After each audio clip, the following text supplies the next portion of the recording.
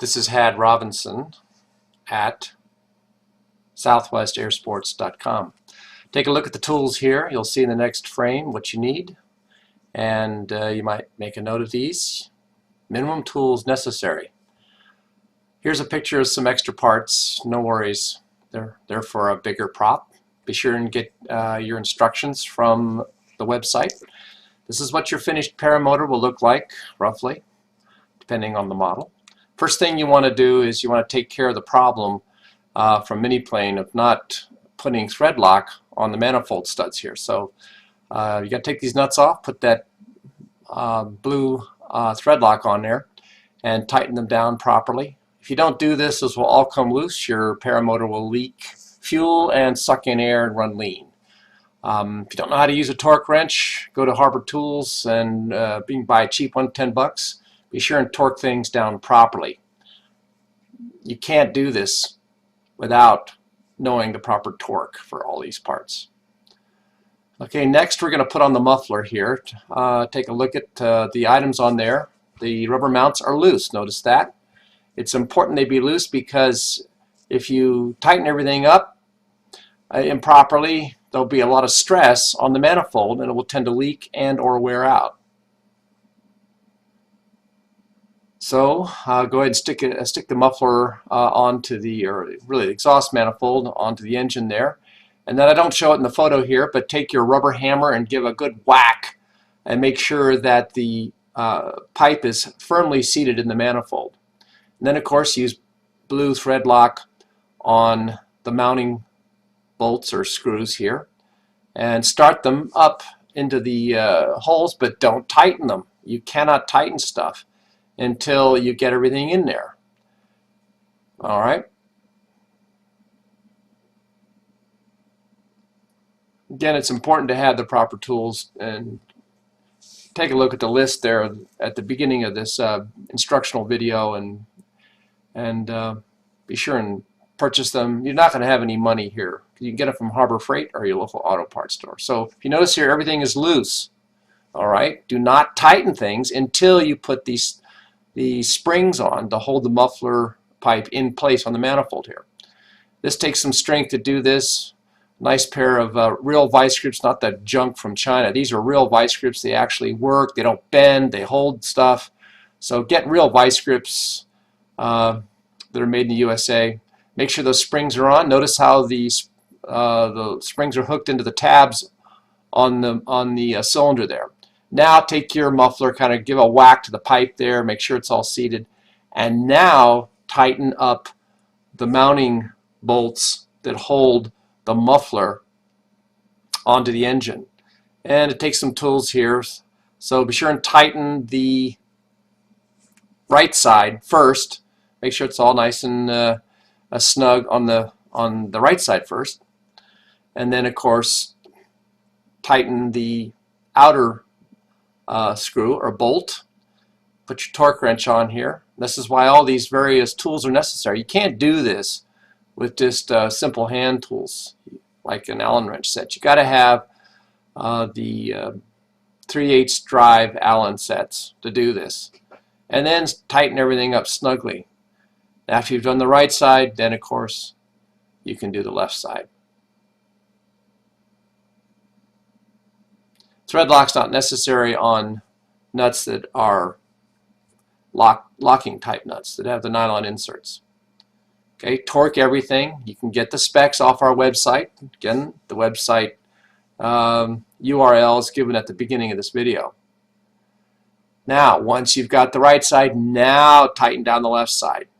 If you don't do this, your muffler will tend to leak and tend to wear out where it goes into the manifold. Now let's check to make sure your engine came with oil. So undo the check hole here. It's a little screw that goes in here. Make sure you've got oil dribbling out of there. If not, fill it to this level with the oil that's given in the specifications. The oil is available at any auto parts store. Now, with the spark plug, don't assume that it's the right gap. Again, you have to have the right tool to do this. It has to have a special spark plug gapping tool that'll give you the exact dimensions. It has to be the wire type, not the blade type. So make sure it's the right gap Just because it's new doesn't mean it's correct. Don't forget to put the washer, the spacer, underneath the plug when you put it in the cylinder. Again, torquing is very important here. If you do not torque your spark plug the right amount, it will leak, and it means your engine performance will be down, and you'll have oil and stuff around the top of your plug. Make sure you give it the right torque value. Don't ever go anywhere without a torque wrench if you're going to travel with your Miniplane. Alright, next you got to put this little rubber seal on the spark plug before you put the spark plug cap on. It helps to make sure it's seated properly so it won't get loose or won't be too far inside there. What it does is it keeps the air from coming out here and make sure your engine cools properly. Put a little bit of Vaseline or better silicone grease around the inside of that rubber washer and on the outside of your spark plug boot so you can firmly seat the spark plug. Now let's put the cage together. The upper sticks have to screw into the upper cage fitting, and it's fairly self-explanatory how to do this. Stick or place the upper sticks onto the motor frame here, as you can see by the diagram. Kind of wiggle it in there, line up the holes. Once you get the holes lined up, you can put the little clips that hold all this onto the frame. Make sure it's seated properly. The clips should fit right in. Don't proceed until you put these clips in. Once you start working on the netting here and the rods, it's much harder to put those clips in. Those clips should stay in without any problem. Okay, now again, be careful how you undo all this. When it comes from the factory, it's not a tangled mess, but invariably most pilots get this all jangled and the rods pop out. It's pretty self-explanatory. The rods have to go into this covering that it's attached to the netting, and of course this stuff does get kind of hooked and tangled, and but if you do it right and you're careful, not in a hurry, this stuff will all come apart quite nicely and you'll be able to get your netting in the right position. Remember, the netting goes in front or towards the pilot side of all the sticks, and of course the rods will just stick out. Make sure you're working in an area where they can just stick out. But again, make certain the rods are pushed firmly into the fittings on the upper cage fitting, and also on the little sleeves that connect the two rods on each side together. You may have to move stuff around. It takes a lot of space to do this properly. Now it's important here. It's kind of a juggling act or kind of a gymnastic act. Is you've got to hold down the motor frame as you pull the rods down and into the opening at the bottom of the frame. Not easy to do. So if you don't hold it firmly, everything can go flying, and pretty much that's the major danger here. So pull it down, stick it in the bottom hole there. You have to bend things around, make sure they're firmly and completely put into the holes down there. Okay, and then do the other side. If you do this right, and you make sure that the fiberglass rods are firmly inserted into the metal sleeves and into the upper cage fitting, you won't break anything here. Alright, now we're getting out the other parts here. These are the sticks. Now, just a note, the reason you need a tap, it's a 10mm tap by 1.5, is that the holes on the frame frequently are clogged with grease, oil, dirt, shavings, and these side sticks won't easily go in there. So use your tap to clean the threaded holes in your frame out, so you can easily stick your side sticks in there. You'll be amazed how easily they go in and out. If you just take a tap, get one cheap at Harbor Freight or your local auto parts store, it's amazing how much more easily the side sticks go in. So put the side sticks in last because they're just totally in the way when you're trying to bring down the fiberglass rods.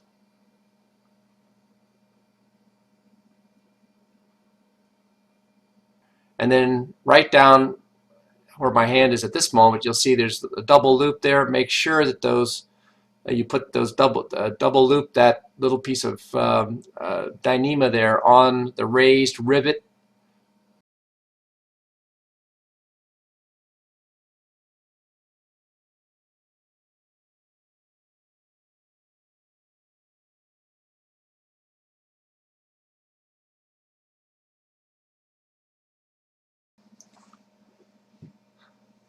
At the end of the inner line on the netting, there's a little ring that's just before the little carabiner. Well, that's what you want to connect to the little hook on the other side of the frame here.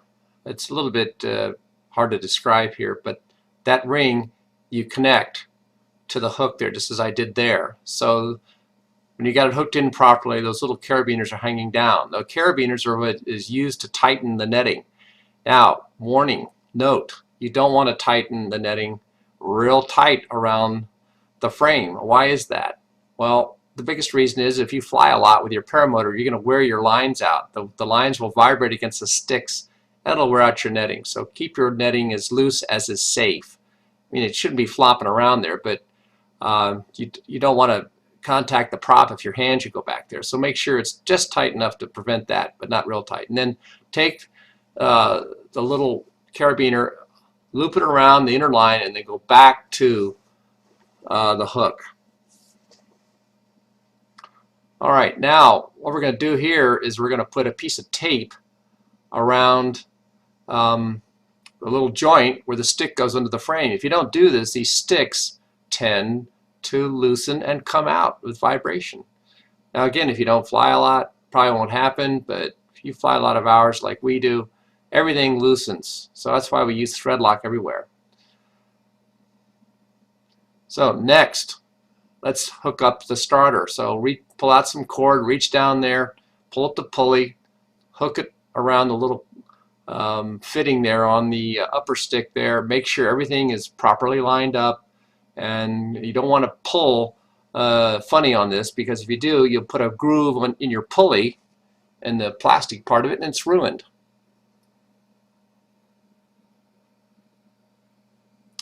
All right, let's put on the airbox here. Make sure the fitting on is loose, the clamp there. Make sure that it's loose enough so you can slide on. Make sure that it fits flush with the other flange that's on the end of the carb there. And then you want to attach the airbox to the upper stick. They give you a little piece of a little nylon tie to do that.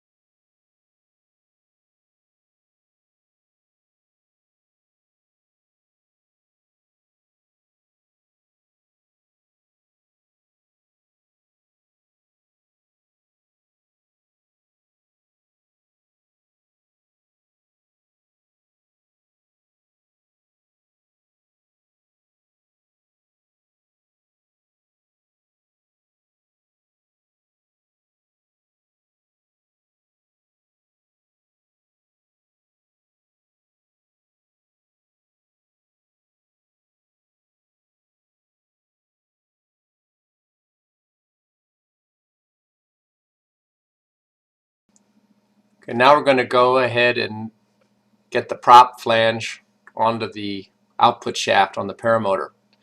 Please note that the bolt that holds this on is left-handed thread, so it means you turn it counterclockwise to tighten it. And of all the bolts on the paramotor, the exhaust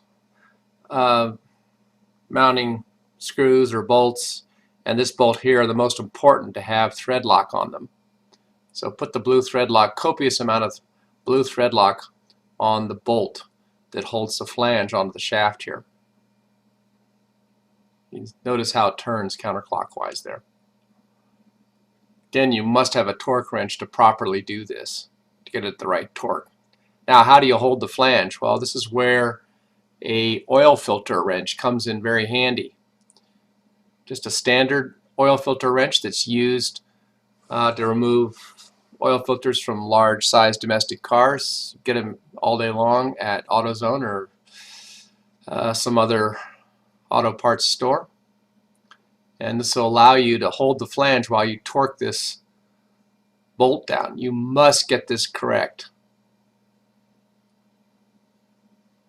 This little bag of parts that we saw earlier, they have the bolts for a wood prop, which is they're longer, and then for the carbon fiber props, which are shorter bolts or screws. So of course we use the longer screws to put on a wood prop. Make sure you get the prop turning the right way. The feathered edge, of course, is the trailing edge of the prop. Make sure that is positioned correctly, and that the fatter edge is the leading edge, which is, of course, should be since the prop turns clockwise as you face forward in the paramotor. Make sure you put the prop on the right direction. It won't work so well if you get this backwards. And of course you can put it on backwards. So make sure that when you turn the prop clockwise, make sure that the leading edge is moving forward, not backwards. You must put these screws that hold the prop on, you tighten them alternately. So make sure you put them all in at one time, and then after you get them all just barely on there, then you can tighten them with your torque wrench. And of course it's tightened here. You can see them going around in an alternate sequence. So you do 12 o'clock and 6 o'clock, then you do 10 o'clock and 4 o'clock, then you do 2 o'clock and 8 o'clock.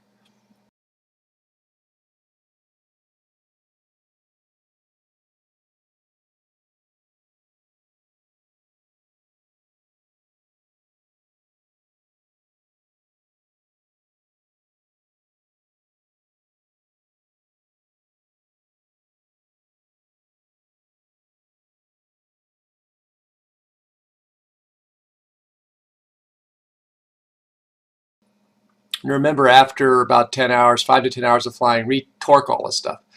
That little strap there and the bag, there's you have your covers for your the prop, then you have another bag you can put all your sticks and netting in, and then you use that little piece of Velcro to hold the bag shut so all your stuff doesn't get damaged. You can put that little strap down in the bag so it won't get lost.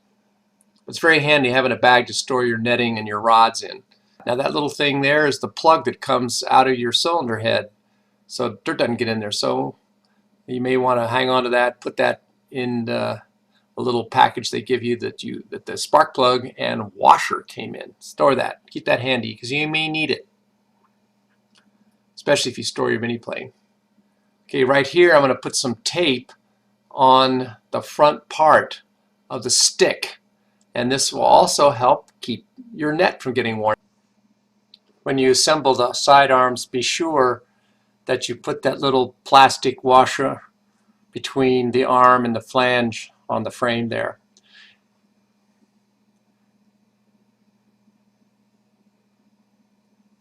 On the end of the bolt, put the spring and then the nut. Tighten the nut down until the spring is just almost compressed, and then back off about 1.5 to 2 turns. Do the same, of course, for the other arm.